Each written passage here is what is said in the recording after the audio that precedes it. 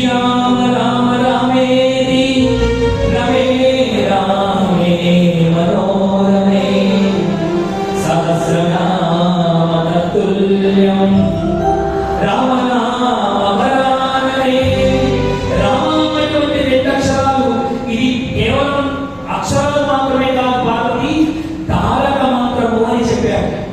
తారక మంత్రము అంటే అర్థం ఏమిటి? మనందరినీ తరింపజేసేటువంటి రామ అన్న రెండు అక్షరాల పేరు వశిష్ఠుడు ఎంత అద్భుతంగా పెట్టాడో తెలుసా? రాముడు ఎప్పుడైతే పుట్టాడో ఆ పుట్టగానే నమశివాయలో ఉన్న మకారము, నారాయణలో ఉన్న రకారము, ఈ రెండింటినీ తీసుకొని రామ అన్న నామకరణం చేశాడు.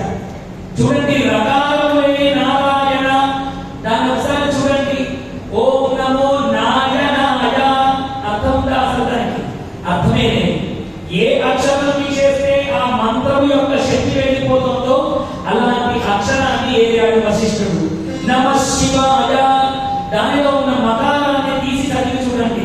నశివాయ, శివుడే లేడని అర్థం వస్తుంది. అలాంటి మకారాన్ని తీసుకొని రామ అన్న నామకరణం చేశాడండి అద్భుతంగా. రామ అని ఒక్కసారి అన్నామా అది తారక మంత్రమై మన అందరి పాపములను పటాపంచం చేస్తుందట.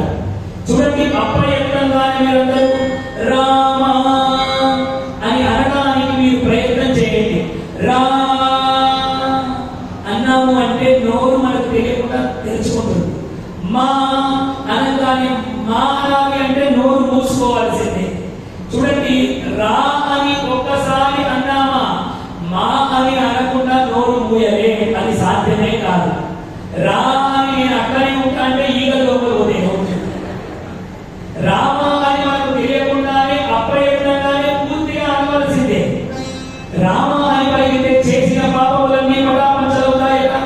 ఎలా పటాపంచలవుతాయండి? రా ఏంటి రమ్మని అంటున్నావు? చేసిన పాపములు బయటకు రా అని పిలుస్తున్నావు. ఎప్పుడైతే అవి బయటకు వచ్చేసావో మకారము చేత నోరు మూసేస్తే ఇంకా పాపాలు మళ్ళీ లోపలికి వెళ్ళడం లేదు. సగం పేరు పలికితేనే పాపాలన్నీ పటాపంచలవుతున్నాయంటే ఈ రామనామ తారకము ఎంత గొప్పదైంది. ఈశ్వరుడే జపిస్తున్నారంటే ఇది తారక మంత్రమై మన అందరినీ రక్షించేటువంటి అద్భుతమైనటువంటి నామము. అందుకనే ఆంజనేయుడికి అంత శక్తి. ఆంజనేయుడికి ఎందుకంటే ఈ లోకంలో మహాభక్తుడు ఎవరు ఉన్నారండి? ఆయన మించినటువంటి రామనామ భక్తుడు ఎవరైనా ఉన్నాడు? ఒకసారి ఇలాగే అయోధ్య రాజ్యాన్ని పరిపాలిస్తున్నాడు రామచంద్రుల వారు.